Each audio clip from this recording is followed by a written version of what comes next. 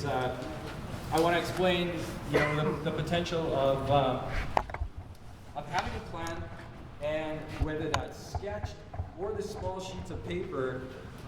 We're gonna do something like this, and you can assess that pretty quickly to say, nah, that's not so good, or I'm okay with that. Okay, so we're gonna do that because I got tons of scissors here. Anybody needs pencils? I grabbed a mountain of pencils from my art room, so I would appreciate these back afterwards. But if you need a pencil, they're on the government.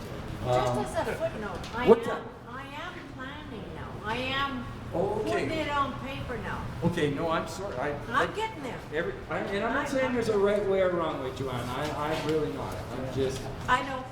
It's yeah. I guess the way I look at it with my art students is if I tell them, if you jump in a vehicle and drive from here to Halifax or here to Vancouver, and then you get there and then you pull out the map and decide, hey, what would be the best way to get here? It's kind of counterproductive, but just because you have a plan A doesn't mean that you have to stick with that. If something better comes along, or you happen to get a catch and you have to change your design, you just do it. So I want to do that quickly, and then the last thing we're going to do is we're going to look at a whole bunch of OG curves that I looked at some of my stuff, and I just want to share Jimmy Cluse's idea on OG curves and building them, and I'll sketch that out, and then I'll do one here quickly. So, but the first thing I would like to do is I'd like to take a look at this clarity through contrast form. There, the paper that, if you haven't got one, there's some piled over there, and I've got a few left here. So it's probably going to be better if you had one with you. But I was actually considering doing this as a challenge for anybody who really wanted to try make an object that's less than pleasing, and if you said, it's like if you're a painter and you set out to do an ugly painting, you learn an awful lot from that, and then next time that, okay, this is what I'm going to avoid. But so I'm going to go over this fairly quickly. If you have any questions, please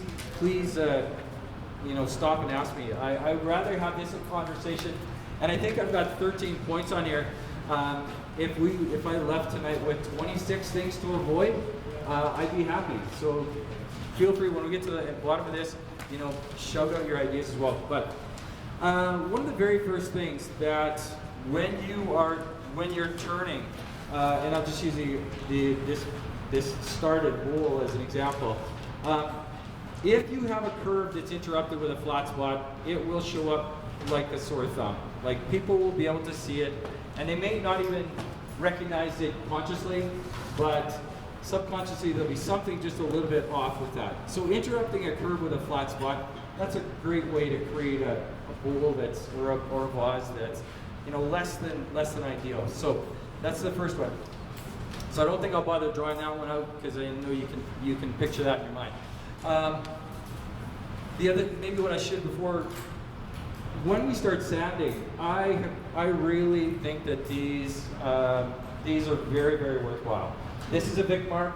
I really like the way it locks. It's just a quarter turn. Well, no, okay, a little bit more than a quarter. Okay, it's 3.5 turns, and then it locks back in that location.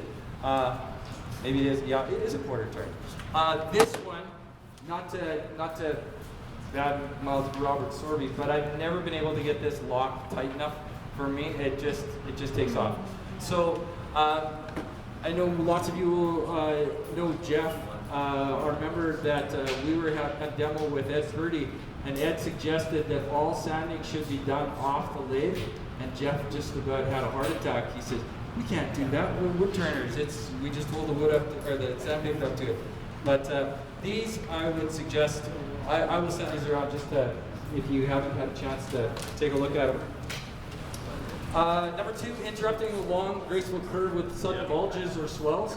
Any curved line that all of a sudden, for no reason, has a swell or a curve or a bulge in it, your audiences or your people looking at that they're going to pick that out as well. So we want to avoid that. Or that's if we're trying to make a kind of an ugly form, that's what we do. Number 3 is sorry I don't have the numbers on here, but uncomfortable height-width ratio that doesn't resemble anything from nature. We as humans are like 8 heads tall or 7.5 heads tall, and what I'm talking about is the height from chin to top of your head. And if you take that up, these are ratios that we're all comfortable with, and we know all about them, and we don't even know we know about them, but we recognize them when we see them in an object. We'll say yes, that reminds me of something, and they're more drawn to it. So. If your maximum diameter is located too closer to the top or the bottom or exactly at halfway, if we look at this, and if we go, here's our halfway line. I know that looks a little bit more like just a almost spherical, but avoid that being right at the center. One thing that you always want to look at is the rule of thirds. Take your height and divide it into a 2/3, 1/3 ratio or split, and move your center of interest to that point, whether it's up or down, but just stay off that halfway point. That's why digital cameras have that grid system on it. So with the XNO board on it, that you can move your center of interest to the left or to right, and top and bottom, and it'll just give you better photographs. Same thing as turners. Just stay off that midpoint. So that's one that if you want to make something that's not so good, try that. But a parabolic curve, and I don't know if you can really see this. I'll send this around and you come take a look at it. So a curve that is a little bit wider, it has a natural progression. When it gets narrow, it can get just a little bit too narrow. But I do have this hanging. I keep it hanging in my shop for design. But what you want to avoid as a turner with a parabolic curve, is the eye travels down the side, and it wants to make the, and sorry if I'm a little wobbly here. But it wants to make that curve all the way around. So by putting a little foot here that elevates this line, although it's even in the foot, as long as it's elevated, the human eye will make that and it'll look comfortable. If I do one where it's like this, and all of a sudden the foot comes in here, like even if it goes here, is for your foot, and you do something like this, the eye will follow here, and it stops, and it just feels a little uncomfortable. Okay, so that's using that parabolic curve, using two vases. Let's see the other one, the good one. The good one. Okay, so the curve this is our tabletop right here. Okay, when the eye sees that curve can be completed before it punches into the table, it'll be more comfortable. Okay. The other thing that I like doing, one of our biggest challenges as wood turners is we'll see so much stuff online. We see so many photos of objects that we like or whatever, but a camera, no matter where that lens is, flattens that image and distorts it. There is no way that a camera can see this, in its flat shape and its shape. As turners, we're dealing with form, and which is a three-dimensional shape. But to work with it, we have to think in a flat. We have to think this way. We have to think about what does this look like in a shape. Okay. So, like this is one thing that I keep in my shop too. It just this is our base shape that we're always working with. Whether it's short. We're working with cylinders, whether they're have voids in them or whatever. It's the cylinder shape that we have to manipulate. Okay, so thinking big in a large like this really helps me to design, because you can. I don't know how many of you have seen Cindy Droza's finial demonstration, where she takes her finial shape and then she draws a straight line up either side. So it goes from the tip down to the onion part and then down onto the base. The human eye makes those jumps, and in art they're called, okay, that's gone, but they're called something that I don't remember right now. And so the human eye just jumps from point to point to point, and it looks comfortable. If you've got a line and all of a sudden it's interrupted by a wide thing, all of a sudden the human eye is not comfortable with that. Okay? It's a continuance. Yeah, it just continues. It just jumps, making those. It just makes those jumps. So a form that appears heavy or stuck to the table, if the foot doesn't have a visual break, let me just go back to this one. Yeah, we'll go right there. I'm just going to draw this one right here. So whenever I do my designing, I use a lot of sketchbooks, but I try to get,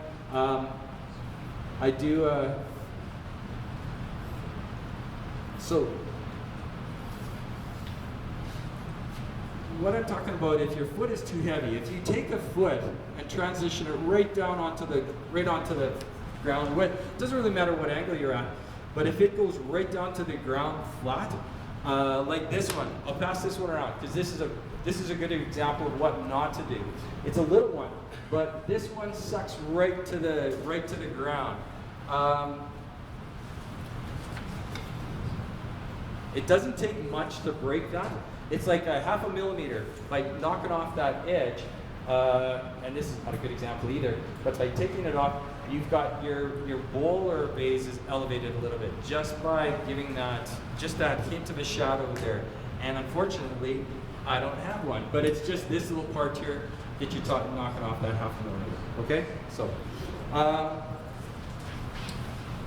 if you're designing with more than one element, so you have 2 elements. Again, keep in mind that rule of thirds.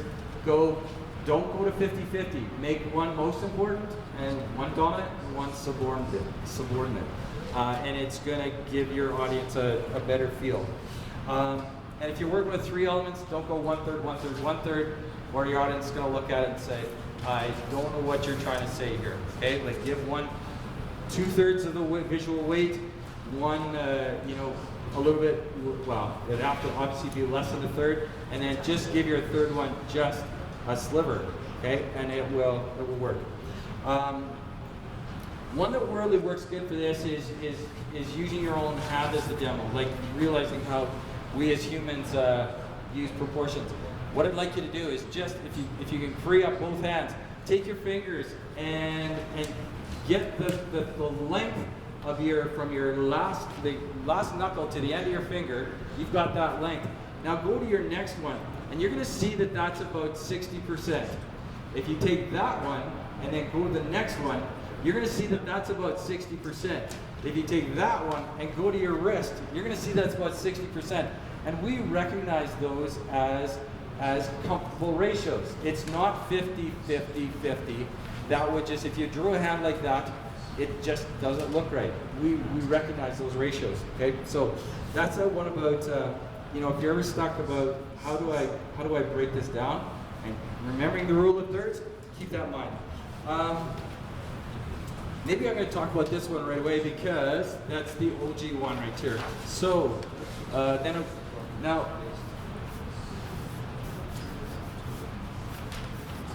if we have a foot down here, and this is our blank, like I have those over there. To do a proper OG curve, what you want to do is determine how wide is your ring going to be, and this is where my final OG is going to finish. And an OG, I'm going to send this around too. We've got. What you're trying to do is you're bringing 2 opposite curves together smoothly, is kind of in a nutshell. But you can take a look at these. The whole concept of an OG curve, and this is probably the one I like the best, it makes you want to hold it. And as woodturners, we really want to be mindful of, does our audience, are they going to come and pick this up, and are they going to appreciate it with their hands more than just their eyes? So this is what gives a form some movement. But we're trying to go from this curve to this curve, I'll pass a couple of these around. And this one I have a note on it that says it has chainsaw oil on it, but okay, I'm gonna leave it there so I don't forget. But what I would suggest you do is look at them this way, because this is the way we're gonna see them as turners, as wood turners, going this way. And yeah, you can take it that way, but what we're trying to, I'm not saying there's some that are obviously better than others, and the more you look at them, the more that you're gonna see, you know, does the first curve mimic the second curve? And does it transition smoothly? So you'll really be able to see, so I'm just gonna keep those, not that I'm trying to rush you, but you can take your time with them and they'll go around. But here, I wanna draw out Jimmy's method of doing this. So we know that we've got this distance. We're gonna leave this as our rim. What we wanna do is divide this right in half. And that's what I'll be doing with wood block right away.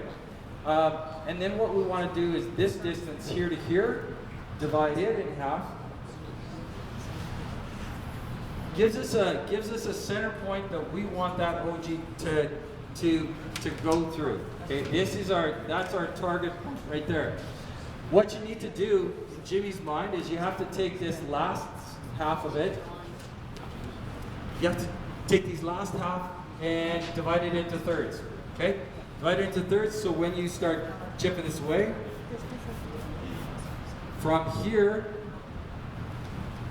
through here to here, that's the curve that you're looking for. From your lip through that center point to the 2/3 mark. And then you want to just remove this stuff right here and have it come like that, okay?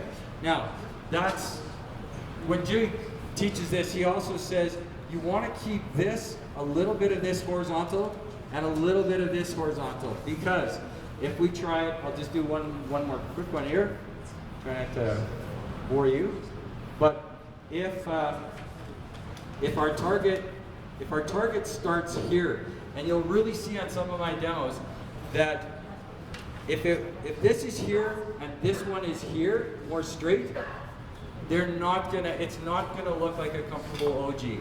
I just read the start. Well, you can decide what's comfortable to you. I'm not gonna point them all out, but so if this one is coming at this curve and this one is straight, what this tells me is I have to take this very gently to get through the center line. But this one has to take a whole lot more. And what happens is our midpoint gets shifted way up, okay? And that doesn't it doesn't lead to more comforting. So if this one is at this angle, you want to have this one at that same angle, okay? And that will help with meeting in the proper place. But again, Jimmy Clue says go with a little bit of horizontal on both. It doesn't have to be much, and it doesn't have to be. I mean, it doesn't have to be very long at all, but just enough for the eye to know that that's where that's going. Okay. Yeah, so that's what it talks about, creating an OG curve that starts and finishes with a completely different angle. This is what I would consider a completely different angle. It starts at that and finishes at that. So those are the different angles. To cut that apart, is that the same angle? Is that the same curve that you have below? No, because on the top picture. On the top? Oh, it should. It should. This. Same? Yeah, they should be the same. Yeah, they really should be. You can actually Google drawing an OG curve, like, and you'll see draftspeople that use, they'll use a point up here and a point over here, like they'll draw us out, and one over here, and they'll use that exact curve and that exact curve, and there's no, like, it's just a perfect transition there. So, but it's easier to do it on paper than it is to do it at the lathe sometimes. So, what's that? Oops. Yes. Yeah, right. So there's one here, ignoring the concept of echoing or repeating shapes by using a variety of different beads or coves and never repeating the same one twice. Let me just see here. I think I've got something here. I'd really like to. Where did I put those? Oh, right here. Right here. Oh, back with you. Oh, yeah. Just like to do this for you. Now, if we did something that went like this, but I'm gonna have to do this out so I don't look behind you all the time.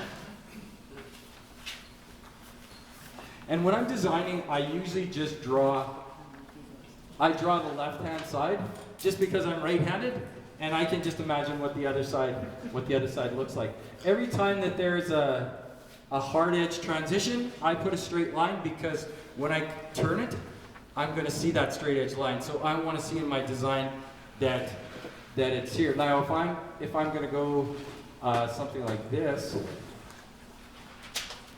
and it's not going to have a straight edge, then that's just fine. But let's just put one here. What I'm trying to do is say that if we have a whole bunch of things that are unrelated, and it's, or I would prefer a little bit of an angle there. Okay, so if I do a whole bunch of things that are unrelated, the viewer's going to look at it and say, what story am I trying to tell here?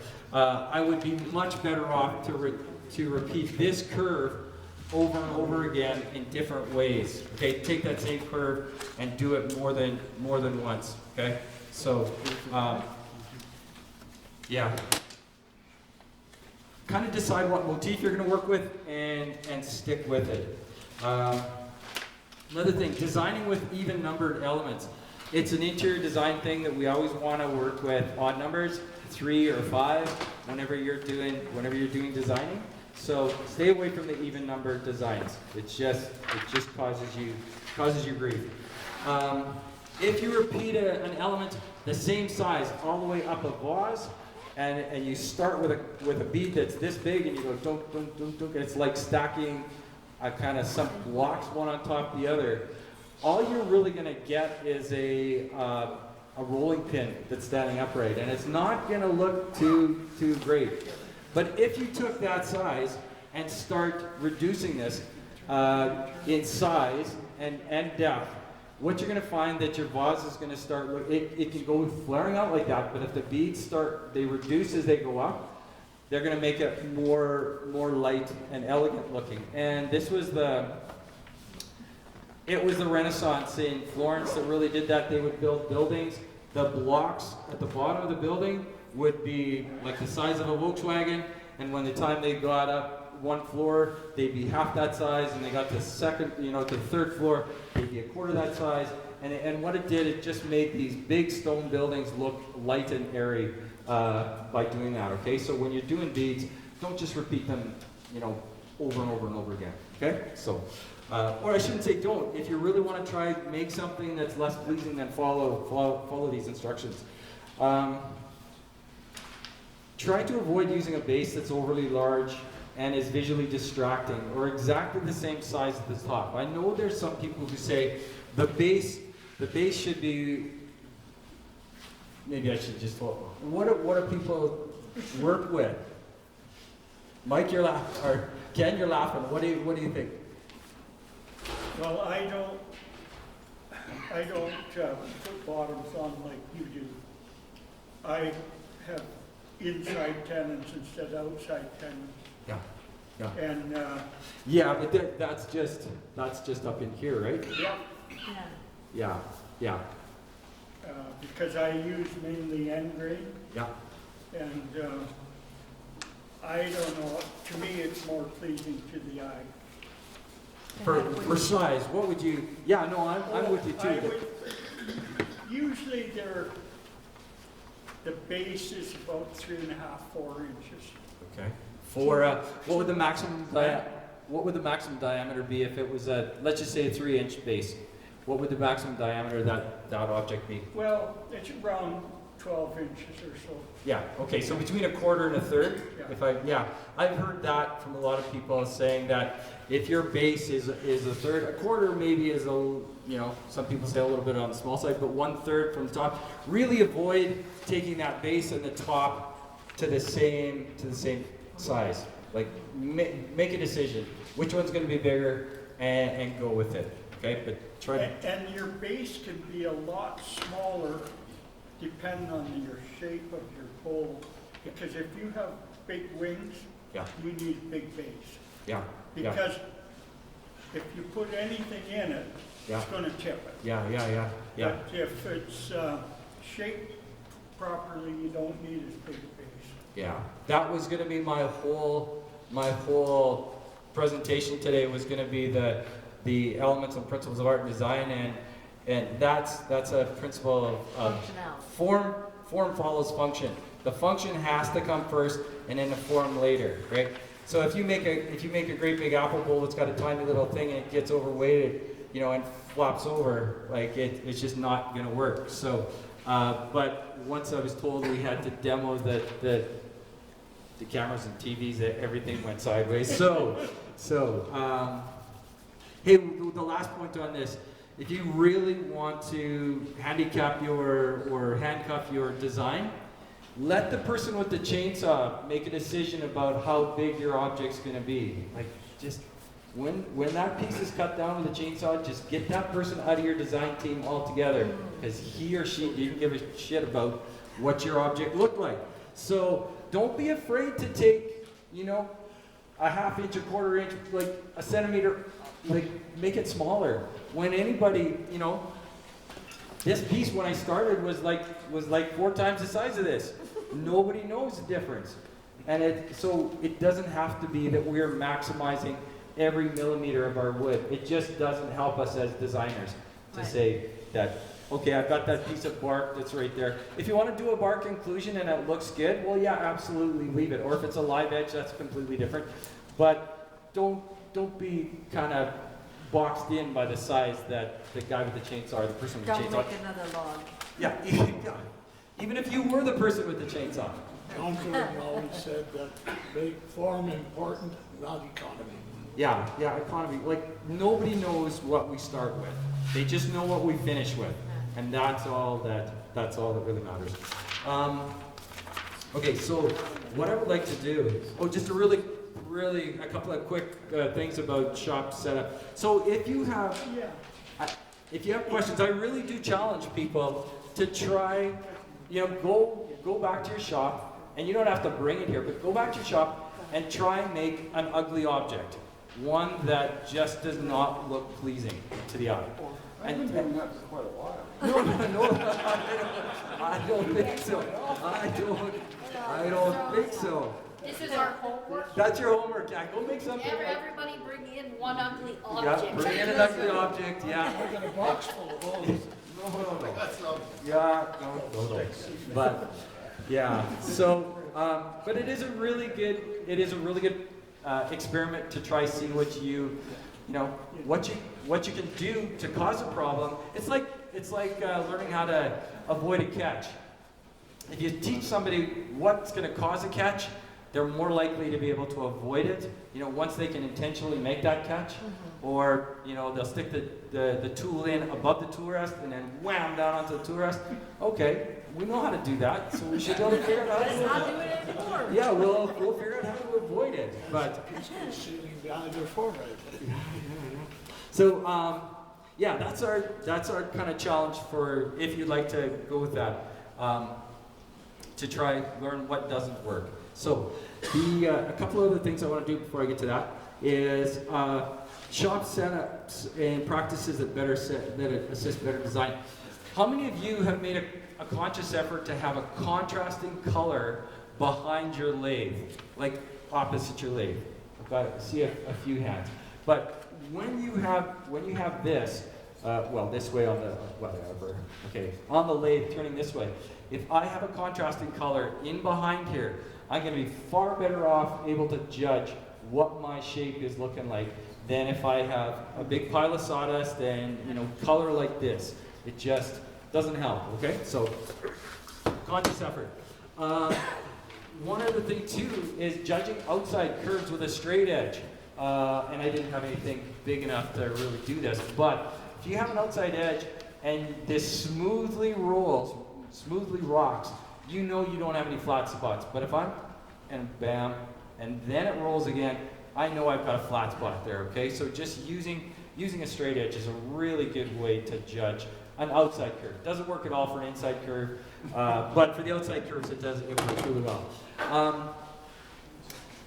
Auto body is my former life, and I knew that I was in big trouble if a customer came in and they knew enough to run their hand along a fender that I fixed this way.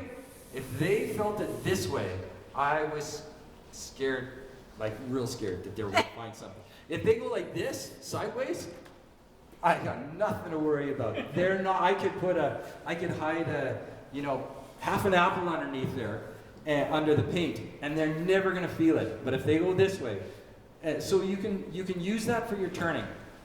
And I know it has to be a little bit bigger pieces, but run from the tips of your fingers down to your hand. Like, just feel that, and you'll be able to pick up spots. By going like this, you don't feel anything. Okay, so that's just part of it. And I talked about avoiding sanding flats and using. I really find that those sanding tools that have the spinning heads on them, or even a drill. Like, how many people here sand with a drill and use it around? Yeah, and knowing that, keeping in mind your direction, that you're sanding into if your piece is coming this way and your sandpaper is contacting it in the opposite direction, it's far less likely to create sand a flat spot in. But if you're just gonna go with the direction and you touch it against there, you're gonna sand a flat spot in, even with your drill.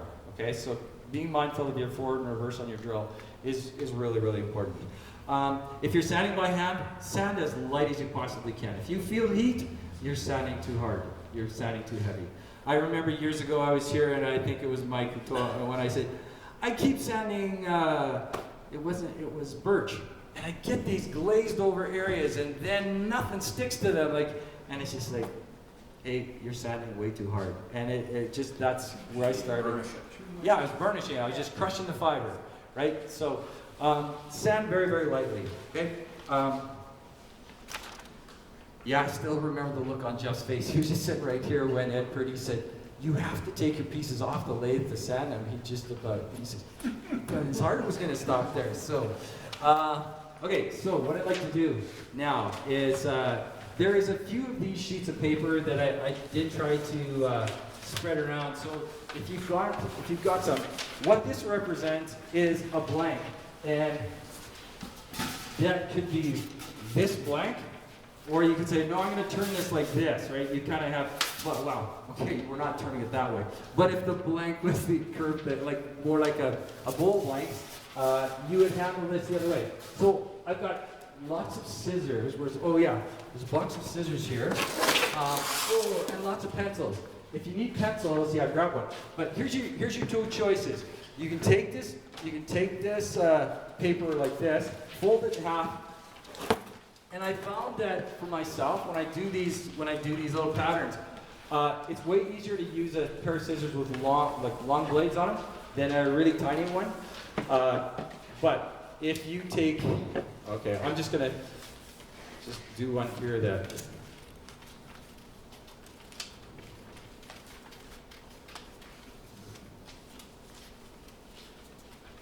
Okay, so here I've got my shape that I would see on my lathe, but if I open that up and look at it, as soon as I see that, I think of one of those, Calabash. well, I think of the I'm a little teapot thing or something. Like it's just too. It looks like a chamber pot. Yeah, It looks like a chamber pot. Yeah. That's okay. Yeah, thanks, Ken. Yes, that's it. That's a chamber pot. So let's avoid that. You do Right? have friends, don't you? Yeah. But in 10 or 15 seconds, I found out that is not a shape that I want to turn. Because as soon as I do that, it's like, oh, nope, that's not for me. Right? So what I would like you to do with those papers, fold them either this way or fold them this way. Obviously, if you're doing it this way, you're dealing with a little bit more of a vase. And then take a pencil or a pen and put a line on there, and then just grab a scissor and just cut a couple of templates. And like if you've got, it should only take a couple minutes to cut those. And while you're getting ready for that, or I mean, while you're doing that, yeah, maybe. So I know we got a couple of boxes here. So here, I'm gonna send the whole box back that way. But it won't take like a couple of pairs of scissors here. You can just fold, cut, and see what. This was not my idea at all. I don't know who first published this, but a lot of people have put this into design books. But yeah, and one the other thing too, because I work with a lot of messy art students.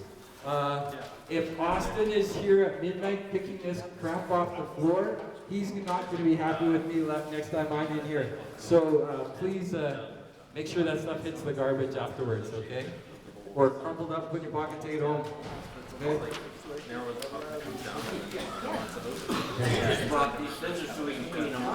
What's well, we do plastic.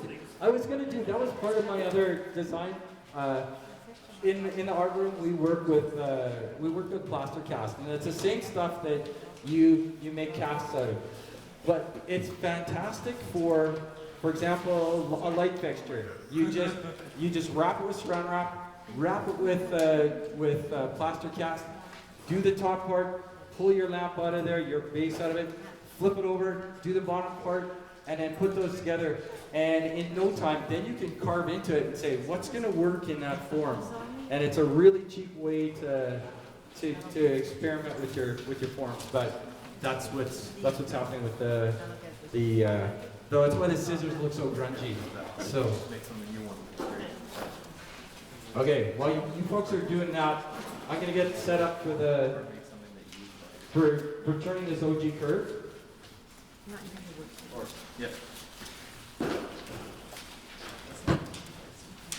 Yeah, so if you need pencils, there's lots of pencils here. I don't need this anymore.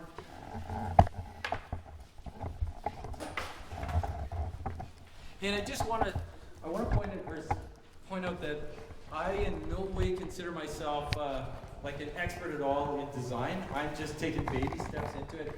Any design information that I have is kind of been transferred over from the two-dimensional world of drawing and painting, stuff like that, and it's completely different. I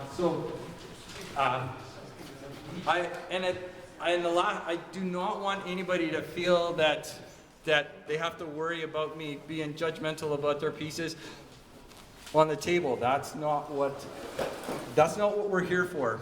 So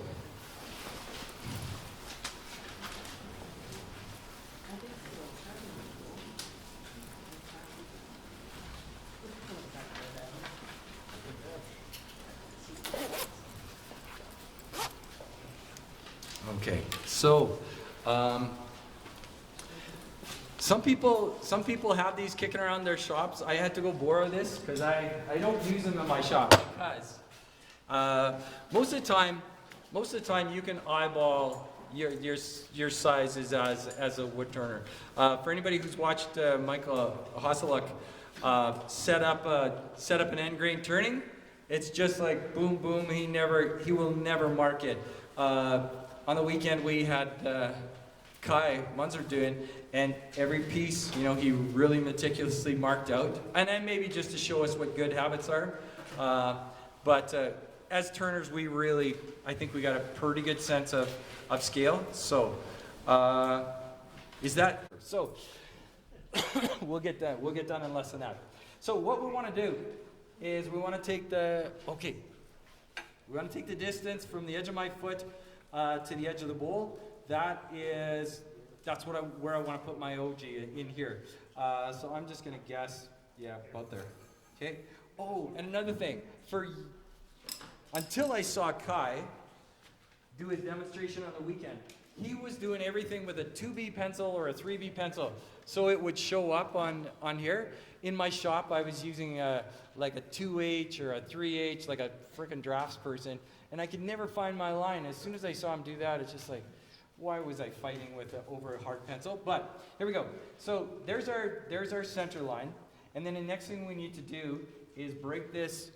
How can I do that? We're gonna break it here and here for 1/3, 2/3. And it's this one that we're gonna be trying to finish that first curve at, okay? Now, the next thing, you guys are not gonna be able to, well, can you see this? Yeah? Okay, I'll do this. What I'm gonna try to do is I wanna leave a lip about that wide, okay? That's for your rim. For my rim, let's call it a rim. Sometimes English was not my first language. It's just happens to me all the time. Okay, so that's my rim, but I also know that from here to here, I need to mark my center point. That's going to be about there, okay? Because that's where I want my line from this center point to this center point to intersect. Let's go back to this. I'll just throw this up just so you can see what I'm drawing out here.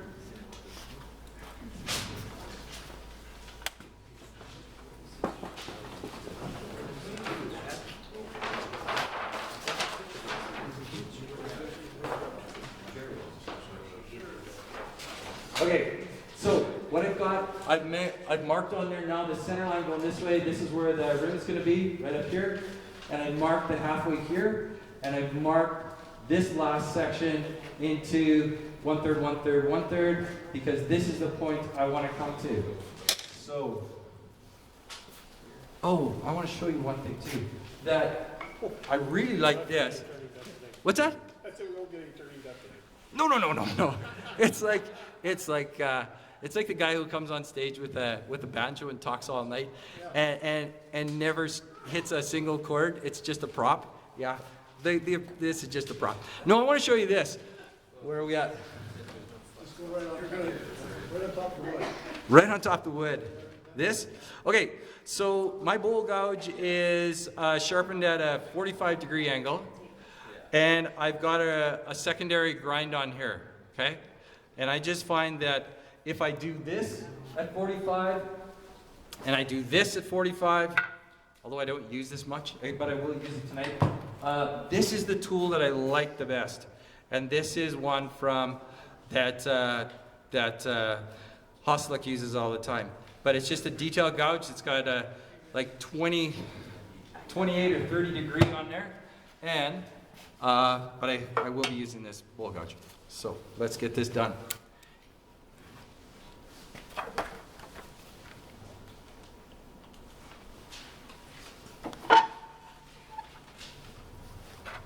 So I don't have to worry about, I'm going to cut my lines out of here fairly quickly. Not at that pace, I'm not. But.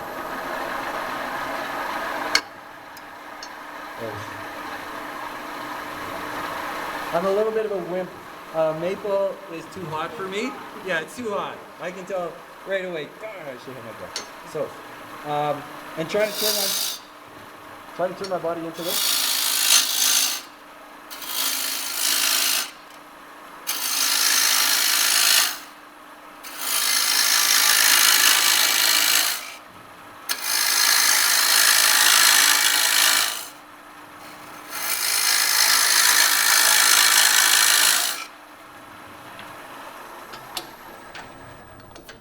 And it's always a good habit to shut the lathe off before you reset your tool rest.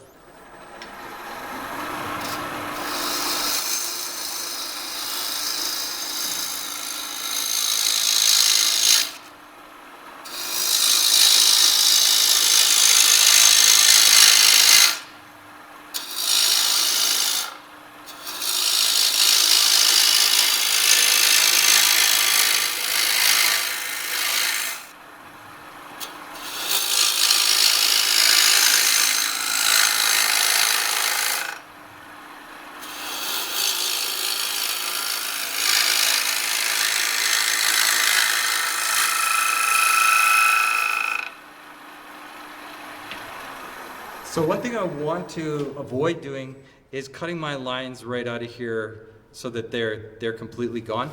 But anytime during this process, I can come back and I can mark my halfway, and I can also come this way, and I can mark my halfway this way. So where these two lines meet up, that's where I want my OG to cross. What speed are you running? Oh, I don't know. 6? Yeah. Okay, so this is 1400. There's 2000.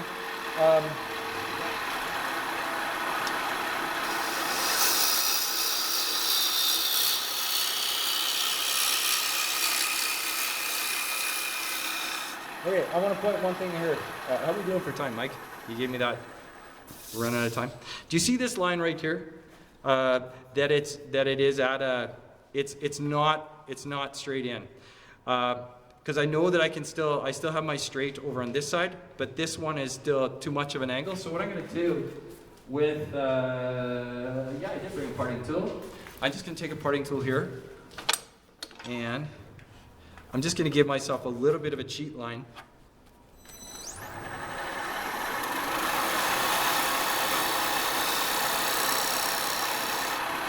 Yeah, so about 3 millimeters would be lots.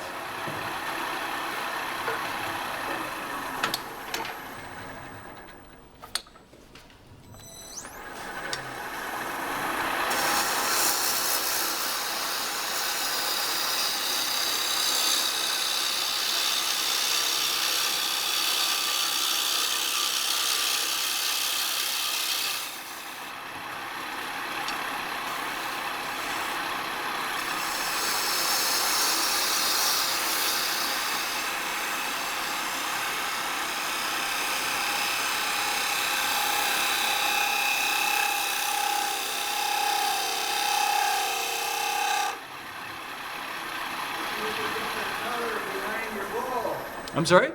Different color behind your bowl. Like a nice yellow jacket. Yeah. I'll put it right there. That side you can see the green floor. Yeah, different color would be good. Okay, so what I'm going to do here. So I've got my first cut, and I'm going to say that that's pretty close to my center point that I was trying to get. Halfway this way and halfway this way, that I've got it. Now all I have to do is clean this part up here. So this is the part that always goes wrong, because once you've taken it off, you can't put it back on. But we'll see.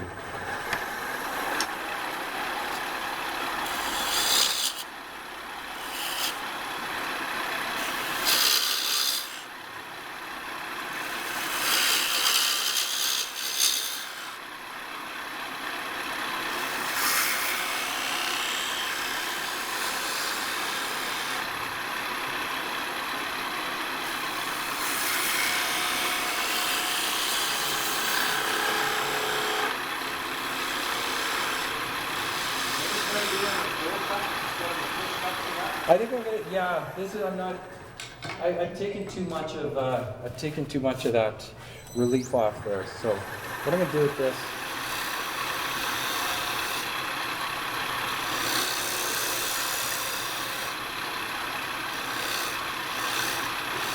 So again, I don't need very much. I don't need very much horizontal line right at my foot. I just want a little bit, just so it doesn't look like it's just jabbing into the foot.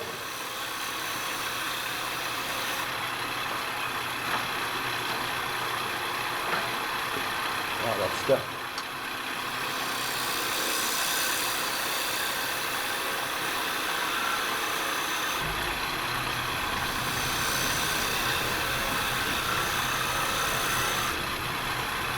And the last to finish this up is this little, this little tool that Elio makes that he stole from the guy from Israel. Elio, yeah. He didn't steal it, he stole the design from it, and but it works really good for outside curves, really, really nicely.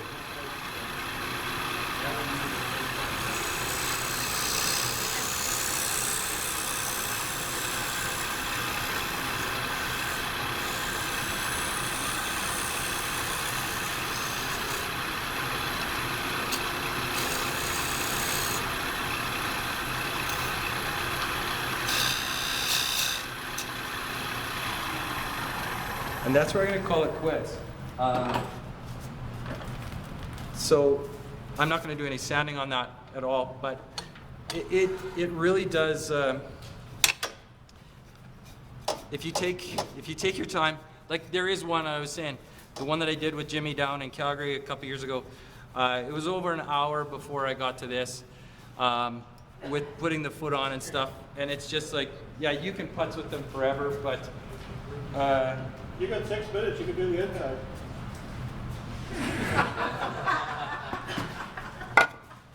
yeah, okay, I can. But are we gonna do like the show like? That leaves us time. Wait, that leaves us time. Okay, jeez, Mike, thanks for that. Okay. No, I feel like Hosluck with his top. Yeah. No.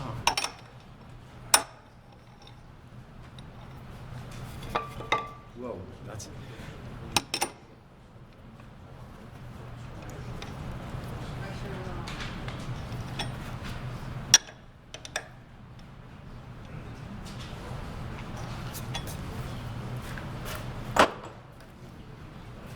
Okay, now you only got 5 minutes. 5 minutes. Okay, thanks.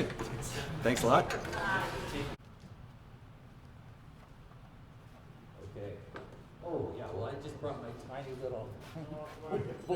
Hey, a dumb excuse is better than no excuse at all. So.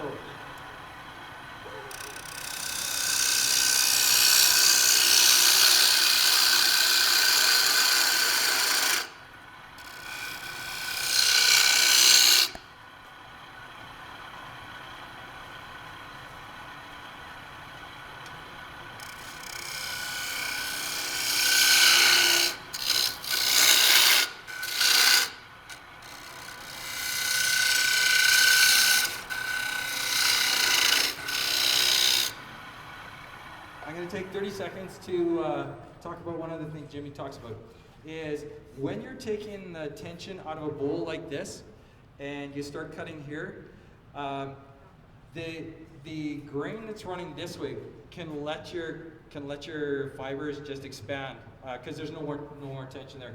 So if you're going to work thin, finish this right up here and leave this, and then move in. Like don't go for the whole thing and then try to do a finishing cut. Okay? Joanne will tell you what I'm talking about. I didn't say it very well.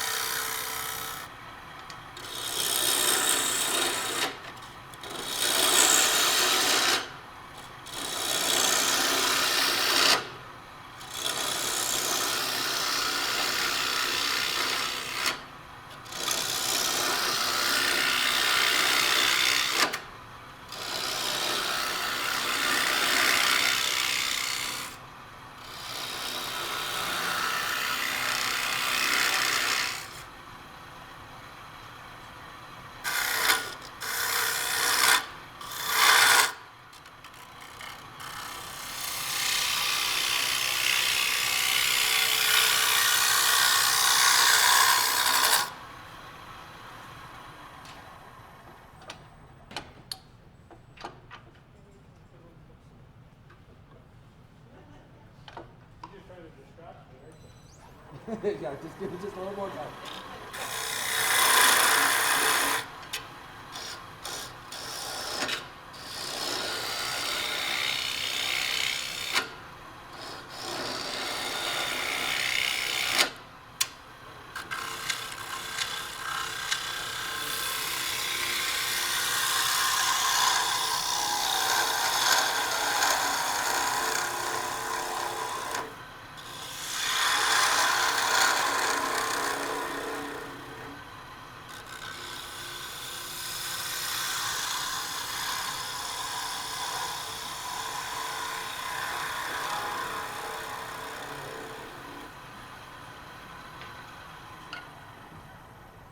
Okay. I don't care what Mike says, I'm done. Right on time. Yeah.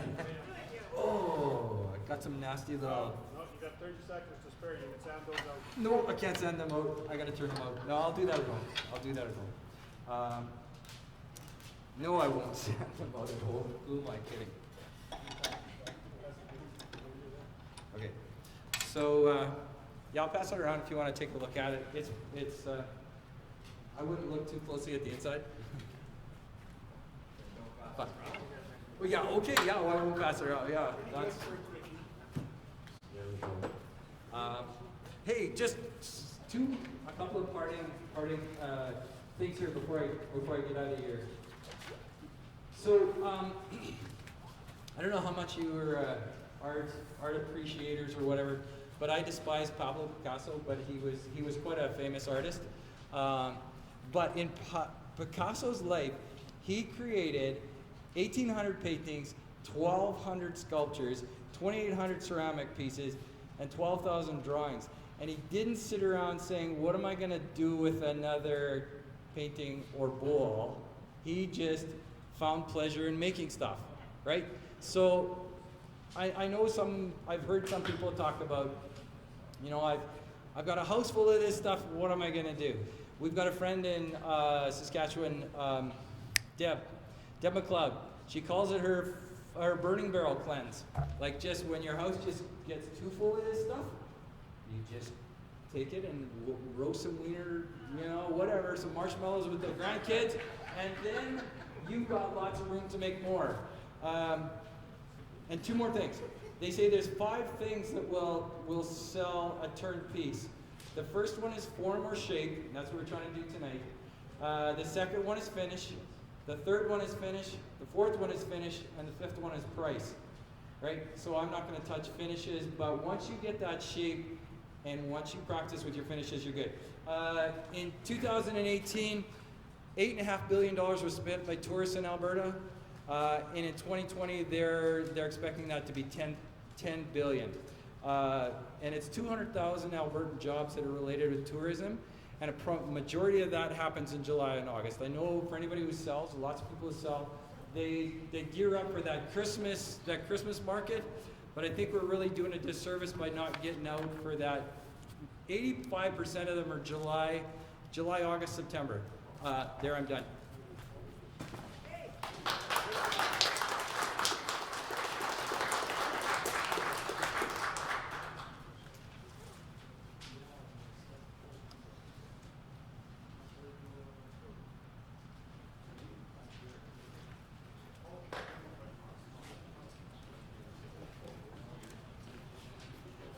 I gotta do it all over again because I missed the recording. That's okay.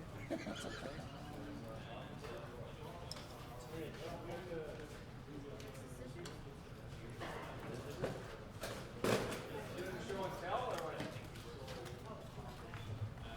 We get to go down on the road before we run out of time.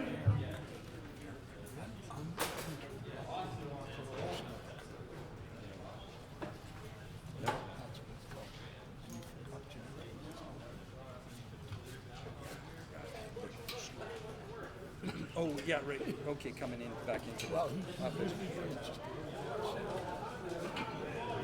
That is also. Yeah. Having this line and this angle and that angle, yeah, to be parallel. That's the challenge. But anyways, the fair curve is, you should be able to do yourself.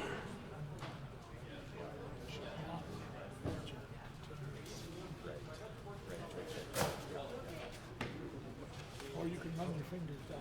You can have it. Yeah, you can have it. Yeah. Yeah, right. Yeah.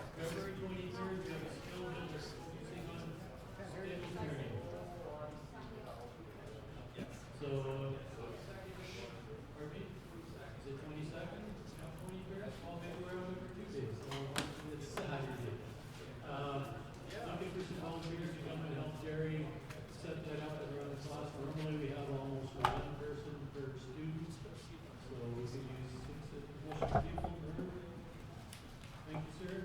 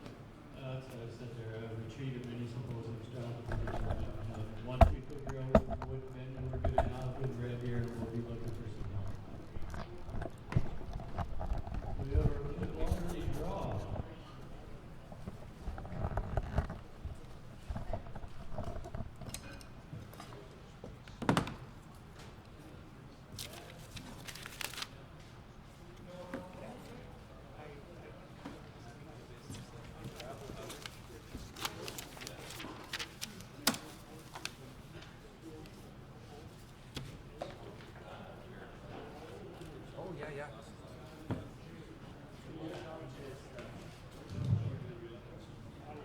Okay, the last four digits are 7993.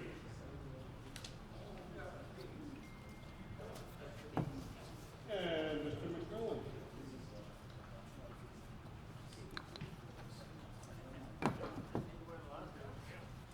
Lovely 10 lights.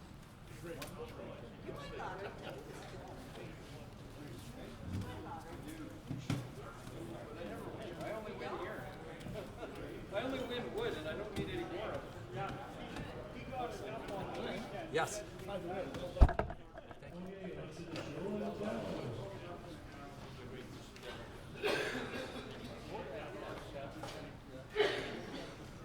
You just didn't get your speed up to Jimmy Clues. I realized that I was at 16, just only at 16 or 1800 there. Oh no, at home I do. Do you? Oh yeah, like 30, 32 is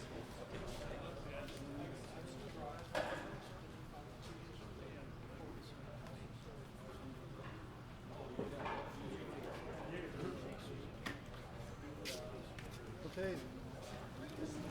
We'll keep up with show and tell, so I'll start with my objects. This is the little box that I made on Saturday with Kyle. Guess I can leave it on there so that people can see it.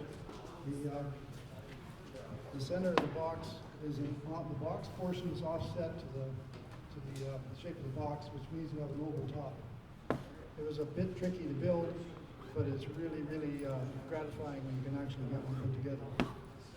This piece, I'd heard that the President's challenge for this month was to make a kitchen utensil that was not a bowl. So I made a tart press. So this particular tart press is two sizes. There's a big size on top, and there's a little size. For the people that know what they are, love them because they only make a little ball of dough, put it in their tart pan, and just push it down, and they're done.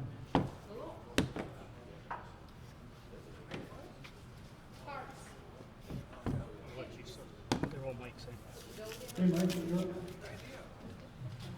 Okay, the little blue one there, believe it or not, is segmented. That's corian, some old countertop. And top is CNC'd. You can probably see that a little better there. yeah, that's good. Okay. And I had some scraps, so I made the wife a ring. And this little bowl is from Sweet Gum. And this is what we did at that beginner segmenting class I had here a couple weeks ago. And this is a little box I made for my grandson. And again, the relief carving on the CNC. That's it.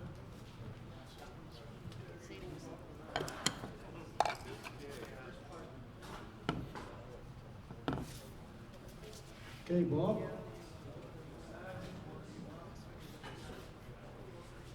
Okay, it's a combination regular segmented and open segmented turning bowl, oak, and then maple walnut rings. And now that I have the glass on the shape, I probably could fix it up a bit.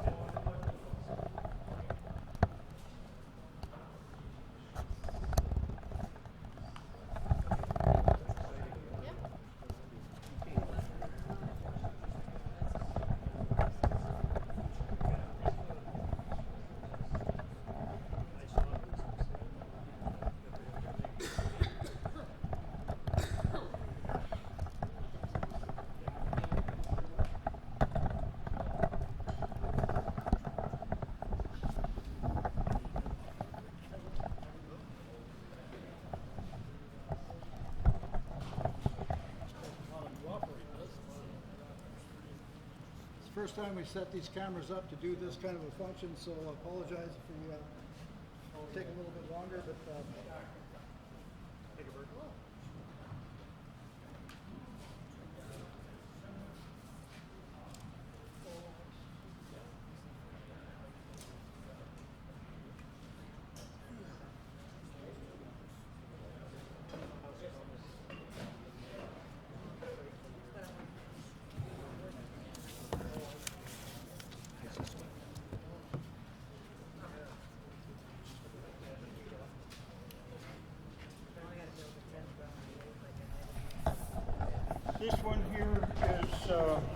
vase decided to go with a little different base. I did some piercing and just carving with the dentist drill to create the base out of birch, and this is maple, the main vase.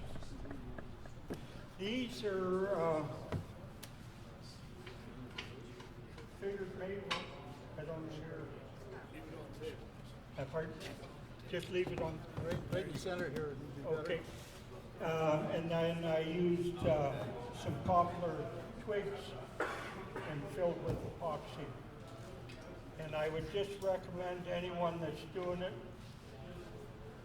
if your recess where your little chunks of wood go, if you seal it with something like clear epoxy first, because on the first one I did with the black, I didn't, and then you get a little bleed from the color into the grain of the wood. It'll bleed in, and so it's just a pointer to help a person not have that problem. And this is just a piece of piercing and pyography and a little bit of color. And it's out of birch. Do you keep track of the number of hours?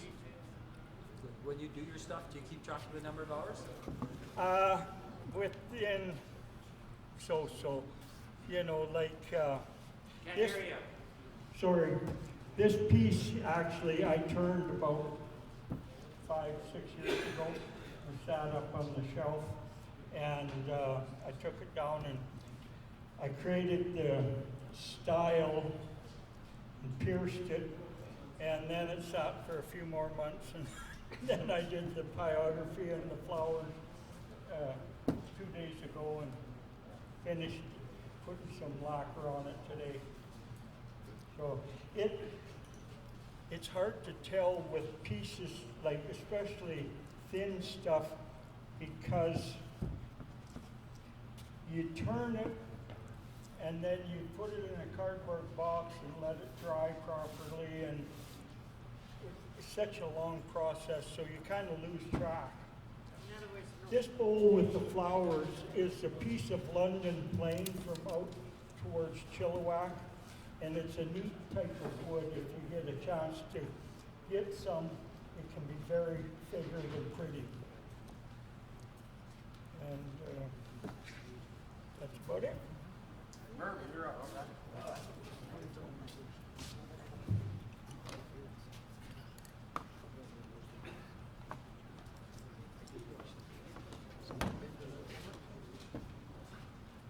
Something I do a lot of around, is it on? Am I on? Yeah, it is. Yep. Something I do a lot around Close Christmas to the time mic. is Close to the mouth. I reinvent Christmas ornaments. Merv. This year was the year of the bells. Not on?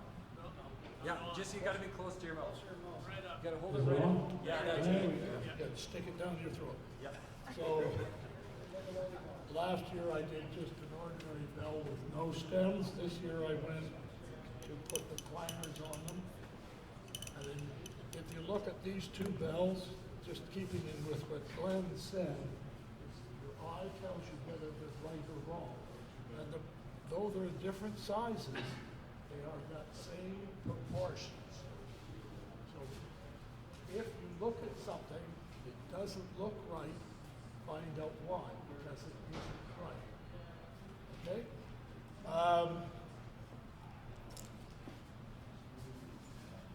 This is one what happens when you decide that that's a nice piece of wood, I'm going to make something out of it. This was try one. This one was try 6. The rest in between did not survive. That's a reason, good reason to wear a face shield, because they did blow up. They did. I couldn't find any pieces. They were all over the shop. So it's lots of fun trying out new stuff. This was a new one. And again, I was talking to somebody today about finials.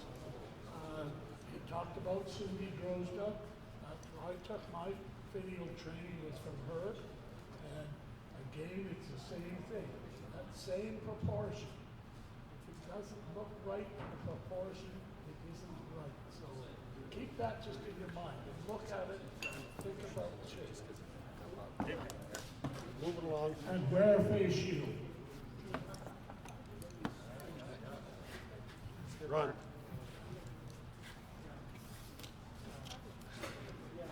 This was one of the little projects from the weekend workshop with Kai. The mid-band is Russian olive. The other pieces are just some dunnage that I had in my shop, and actually, when I made it, the top actually fit quite nicely, but now it's pretty loose. So I'm thinking it was a little wet, but that's my story, and I'm sticking to it. Right on. It's really good. Ron, were you able to say you had a designer on there, didn't you? Sorry? Did you have a designer? No.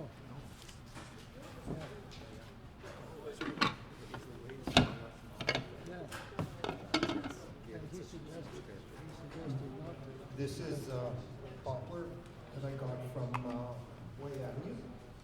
I use it to make a couple of Pizza Hut boxes, and I was going to give them to our past president, but there's somebody else that I'll give it to.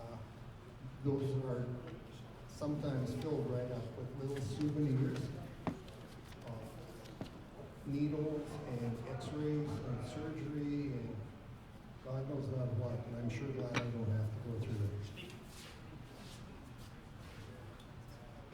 They look really good. Thank you. I'll get them over for a photograph.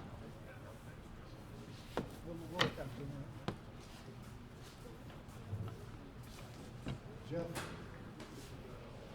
Jeff's busy doing the camera work right now. So, I'm not sure what kind of material he made these out of, but I believe this was some of the wood that we picked up north of Fort Saskatchewan. There was a fellow taking some trees down, and Jeff and I went out and got a bunch of wood, and I believe that's what these blanks were made out of. So they're Manitoba maple, multiple pieces, and with natural edge. I'm not sure what the story is on this one, but as I say, Jeff's busy taking pictures of everything else. And I'm not sure what this little fella is, but it looks like a miniature snowman, so it looks like a collaboration of Butcher and Painted. I think he did mention that his wife painted this.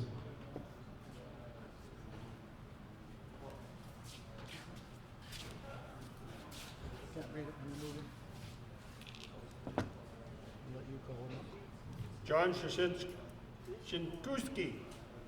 How bad did I put your ass? John. Oh, right here. Right here.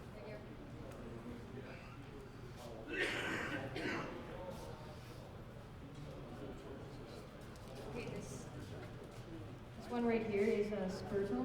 I got the idea from Mr. Murph here.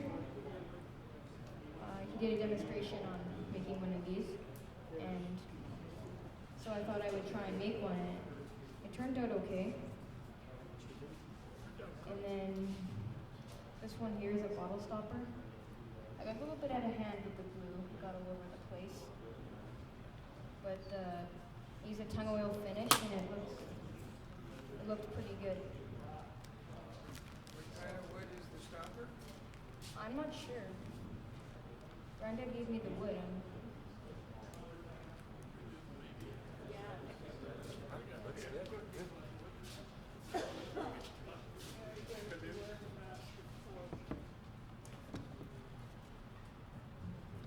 Terry L. Right here.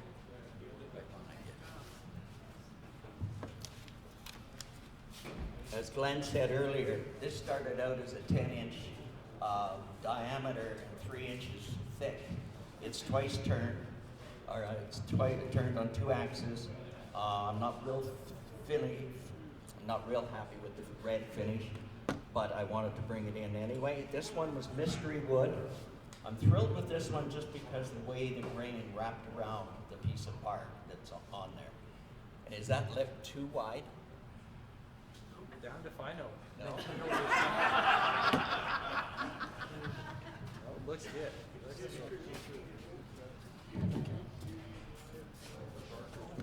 Thanks. And I believe we got Tara. Okay, so I knit in my spare time.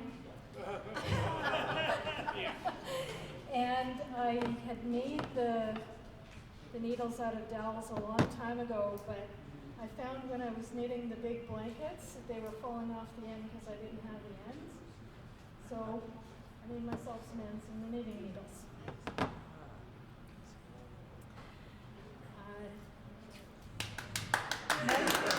Mike told me I had to finish the bowl and bring it in and show you. So this is from the segmenting course. I haven't quite totally finished it yet, but it's turned. And we hopefully will oil it and make it nice and colorful eventually. Put a finish on it, it's just gonna. How did you like turning that stuff? It was easy to turn. All face green. The only challenge I had was when I got it home, the foot didn't fit on my chuck, and so I had a bit of a challenge to figure out how to actually turn it, but it did, so we figured it out. Too small or too small or too big? It was too small. No,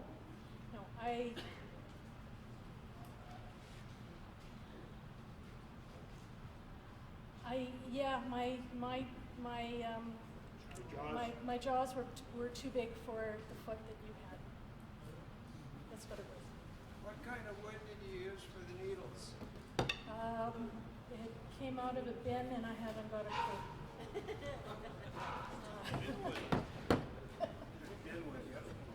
I don't know. The dowels were whatever was at Home Depot. So this is my first set of napkin rings, and they're not totally round because I did multi-axis turning. And I have 5 of the mahogany. There used to be 6. So when I went and did the oak, I made 7 just so that I could have a set of 6. So, did you turn them all as a spindle and then cut them with a bandsaw? I turned them all as a spindle, and then I used a parting tool to cut them off after I had drilled the hole through them. So I drilled the hole from the tailstock in, and then parted each off one at a time.